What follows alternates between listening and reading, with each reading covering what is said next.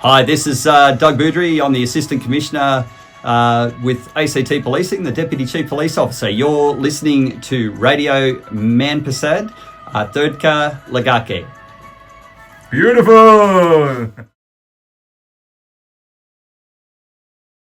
So I have with me in my studio Honorable Assistant Commissioner Doug Boudry. He's the Deputy Chief Police Officer of ACT Policing, and Assistant Commissioner Boudry has been over 25 years policing experience with the Australian Federal Police, working across a variety of different capabilities including community policing, technical surveillance, digital forensics, enterprise ICT, covert and technical operations, and more recently as a Chief of Staff. And on the 10th of June this year, on the King's birthday honours list, Assistant Commissioner Doug Boudry has been honoured with the Australian Police Medal by our Honourable Governor General of Commonwealth of Australia, Sam Moiston. Congratulations. Yes. And welcome to Radio Manpasand once again. Doug, how are you feeling? Yeah, thanks, Manish. It's great to be here once again. Always really happy to catch up with you.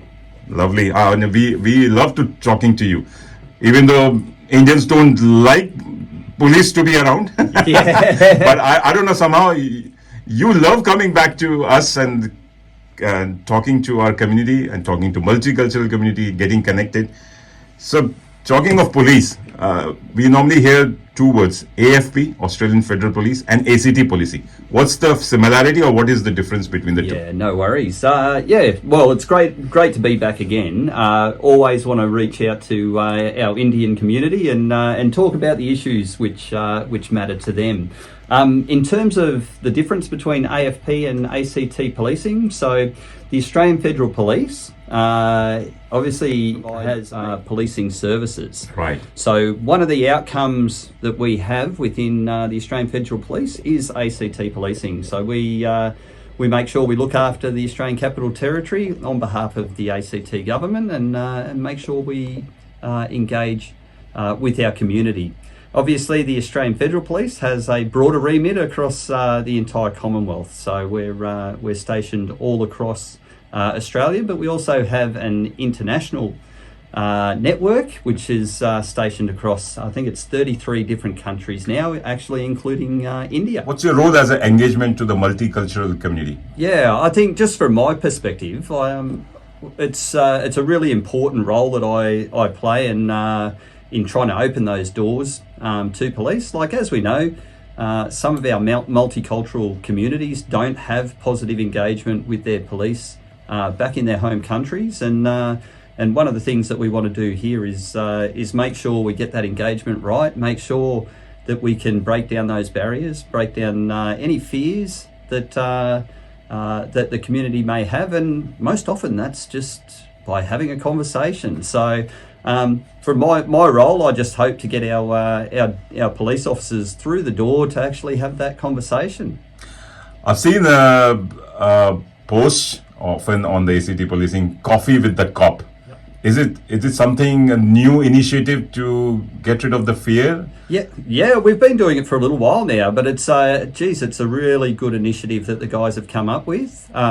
Like, obviously being able to get out into the shopping centres there, just buying a coffee, sitting down, having a conversation, and quite often we can help people and break down that fear. What kind of questions do they ask? Yeah, a lot of the time it's there's probably a little bit of nervousness in the first time that you do it, but obviously that's like our police officers are really good at communicating and engaging and hopefully breaking down that fear. But a lot of the time it's just conversations about things that actually matter to our community, things that they might have seen, things that they're concerned about, and it gives us the opportunity to actually understand that and hopefully provide advice on certain matters, or we might actually be able to assist in resolving a particular issue that might be brought up as well. Okay, we'll talk about that, how we can contact police in case of in general, if they have any issues, if they've seen something unusual going up or suspicious activities. But talking of the multicultural committee, and recently, I think everybody heard and saw what happened in the two temples, especially the one in Mandir and the other one in the Florey. do you want to say any updates on that? Has the Yeah, no problem. Like one thing I will say, it was most unfortunate. Like in terms of what happened at those two temples.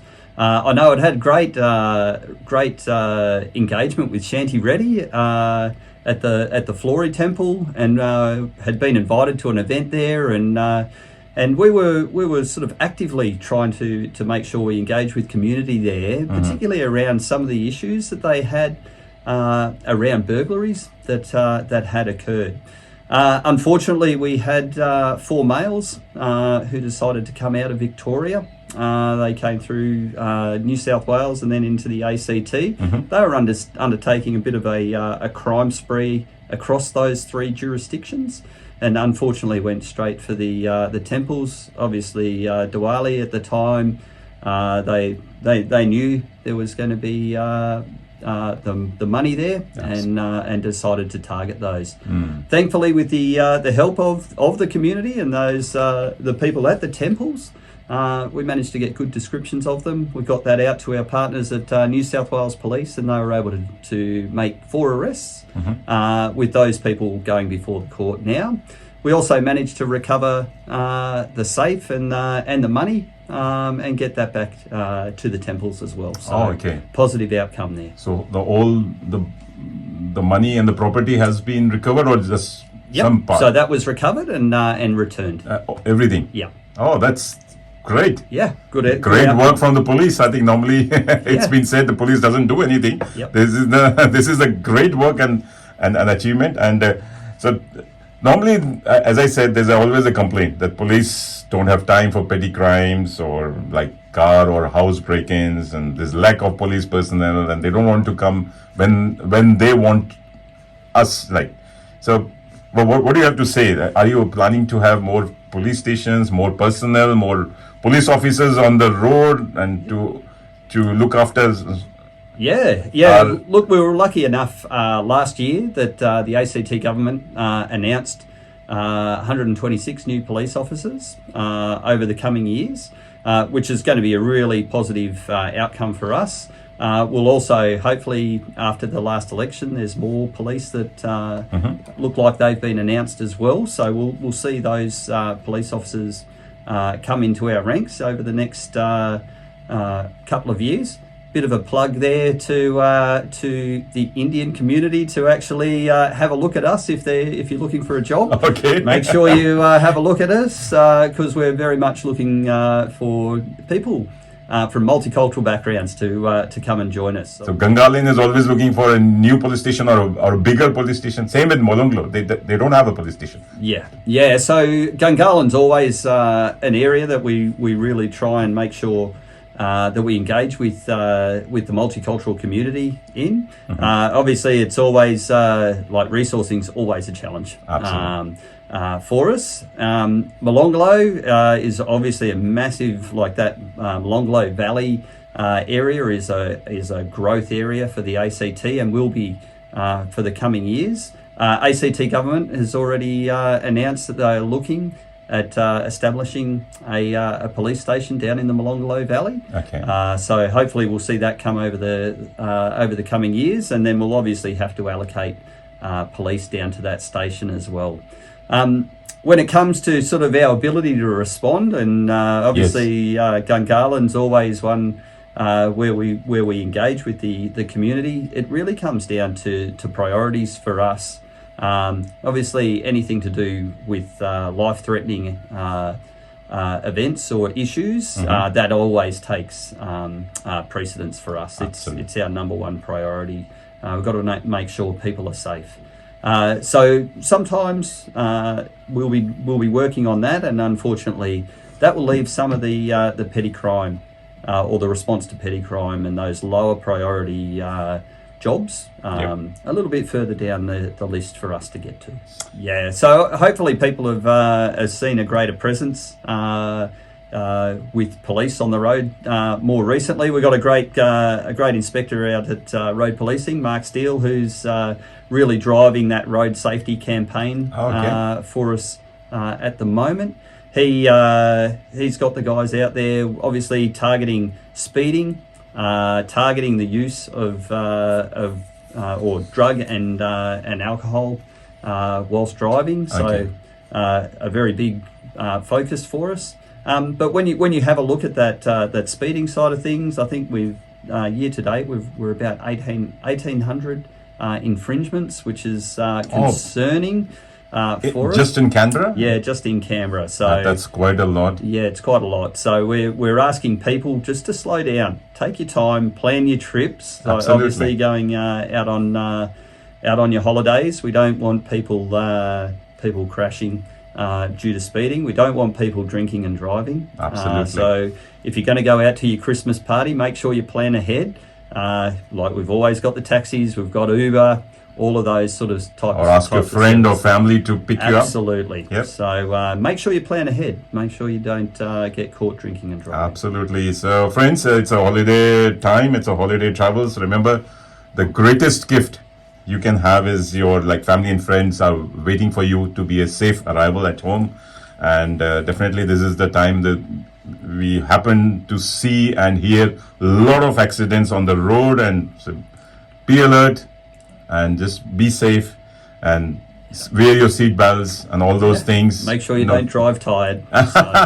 Fatigue is another major issue in the accidents or not just speeding. It is Yeah, absolutely. Like when you have a look at it, obviously the ACT is a very small jurisdiction, but we've got great partnerships with New South Wales Police. So obviously a lot of people go down the coast, which is a bit more of an extended drive. So we work closely with them in terms of our road safety campaign, just to make sure that people are aware of their speed, aware of the drink driving. Make sure you don't drive tired. Make sure you don't use your mobile phone and have those distractions. Obviously, we've got the mobile phone cameras now here in the ACT. So There you go. you'll see that those trailers around. So something that we are very well aware of, and something that we really do want to address. So please don't be using your mobile phone while driving. come down to water safety. Doug, what do you have to say? Because we all have been telling our multicultural community swim between the flags and all those guidelines. Yeah. Do you want to add to it? Yeah, absolutely. I think, look, swimming safety is really, really important particularly in a place like Australia. Like it's, we have a culture where we sort of grow up and we swim either at the beaches or in rivers and the like. Sometimes members of our multicultural community come to Australia not knowing how to swim. So we're really encouraging, if you are looking at swimming and participating in that, please go and get yourself booked into some lessons and learn to swim. I know my good friend here, Amrish, he's done exactly that, and it's been fantastic. So get out there and book into those classes. Learn to swim. It's a really good skill to have. When you have a look at some of the things that have occurred over the last couple of years, unfortunately, we did lose people from the multicultural community last year in a drowning incident. So it's really important that we try and practice that safety around the water, making sure that we actually check the depth before we go diving in, making sure that we understand that the temperature of the water, even though it might be really, really hot outside, quite often the water temperature could be very cold, and that can bring around cramping and the likes and get people into trouble pretty quickly.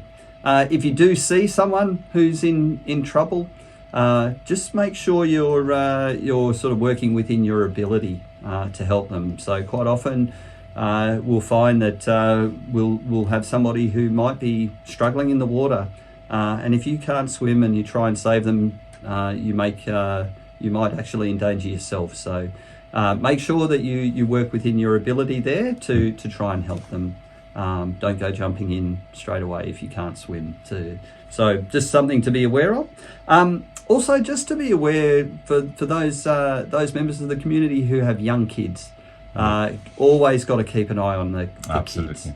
Drownings can happen in only a couple of centimetres of water. And our kids, obviously being one of the most vulnerable people in our communities, we've just got to keep an eye on them and make sure that they're Very safe true. around Very the true. border. Yeah, obviously, like we all love our families. We love giving them presents at this time of year, which means that our houses can be at risk for people who might want to break in and steal things. Really important that we look at the safety and security of our homes. So making sure that we do have locks on our doors. And make sure that they are locked. So a lot of the time, people might be a bit surprised that burglars break in during the day. So it's not at night. So even when you're at home, sometimes we've seen that happen. So it's good just to make sure that we've got locked doors there. Obviously, we want people to also be able to get in and out of their homes. So make sure that you get the type of locks, which doors and windows as well. Doors and windows. Because people leave that windows open to bring the fresh air. Yep. It might bring some unwanted elements as well. Yeah, absolutely. There's different campaigns that ACT government have going too. I think it's called Home Safe. So there's Home Safe program that you can get access to and get advice on how you can make your house safe. There's also advice on the police website, so police.act.gov.au. Yep. And it's so you can get different information there about how you can keep your house safe. Absolutely. And I'm part of the neighborhood watch as well. So I would say keep an eye who are coming close to your house or your neighbor's house as well. Be alert, but not alarmed. Just keep an eye on it, and if you see something suspicious happening or something, you can call Crime Stoppers as well. Yeah. Because we are, as a community, we have to help fight crime in ACT, and the number is 1-800-333-000. 1-800-333-000, and the website is crimestoppers.act.com.au. Absolutely. Lovely. Excellent. Thank you, Doug, for all these wonderful talk. But we'll see you at the coffee at COP. That's where we want to meet you. And friends, if you need to really talk to police assistance, please call 131-444, non-urgent emergencies. If there's a life-threatening, definitely call police and ambulance on 000. And another thing, I think you had mentioned last time, that if you want to report online a small crime, a petty crime, you don't have to go to the police station. You can report online on forms.afp.gov.au/ACT. forms.afp.gov.au/ACT, which is a very useful site. You can just visit. You can follow ACT Policing Facebook page. You can follow website policeact.gov.au, or in general. Also on Instagram. On Instagram. You guys. Thank you, Doug, for coming to the studio and talking to us. No worries. Thanks, Manish. I look forward to coming back again, and we'll talk again and do it all over. Okay. Thank you so much.